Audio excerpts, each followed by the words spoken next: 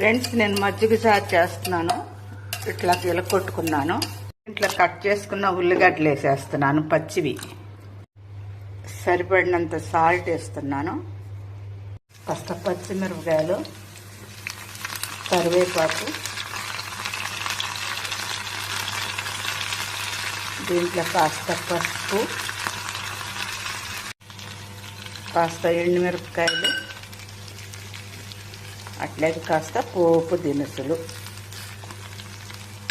వేయించు. పోపుని దీంట్లో వేసేస్తున్నాను.